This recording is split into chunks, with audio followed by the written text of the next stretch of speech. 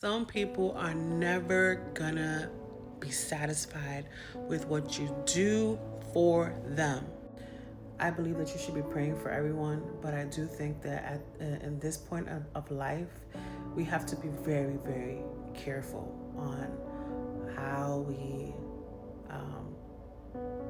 utilize our time here on earth. And when it comes to certain people, not everyone, you could focus on helping them and they're going to be mad at you. You could focus on not helping them and they're still going to be mad at you. They're going to hate you whether you help them or you don't.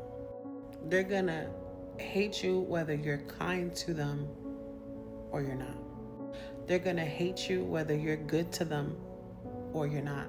Because there are just some people that are ungrateful. You have to picture it as if you are doing it for the devil.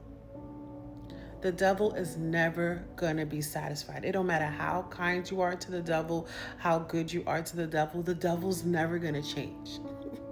The devil's never going to make you feel like you are enough, like you've done enough, like you did a good job, like you're amazing, like you did the right thing, you woke up with the right attitude, you had the right motivation.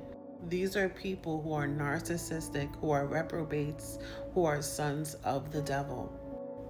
Can they be delivered? Can they be transformed if God allows it? If they allow themselves to be transformed by the mighty hand of God. Only God can do it.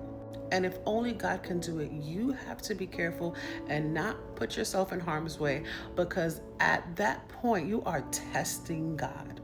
And that's what I realized. And guess what? Testing God is a sin. When you know that someone, right, God is showing you the red flags and someone's like incapable of having self-control, of being kind, of, walking in love, you need to remove yourself.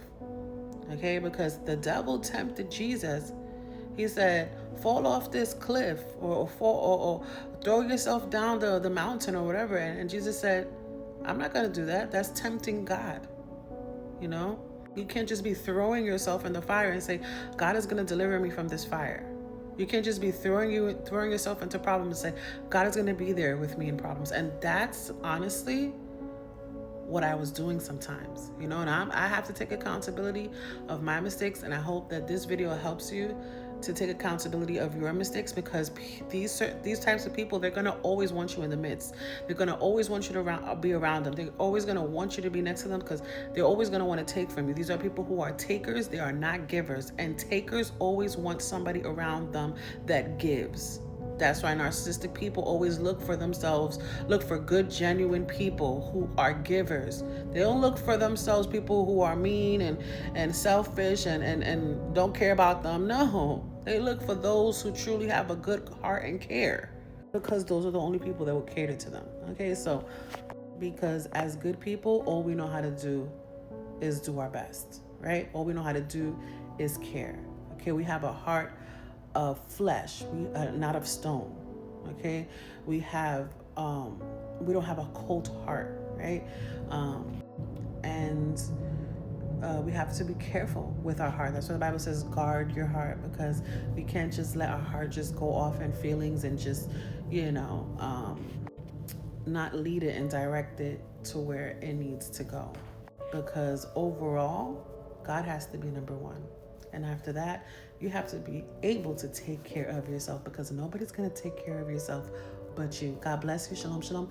And remember, I'm preaching to myself first. I see you in the next video.